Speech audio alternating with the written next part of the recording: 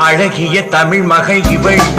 இரு விழிகளில் எழுதிய மடல் மெல்ல மொழிவது உறவெனும் குரல் படித்தால் ரசிக்கும் கனிபோ இனிக்கும்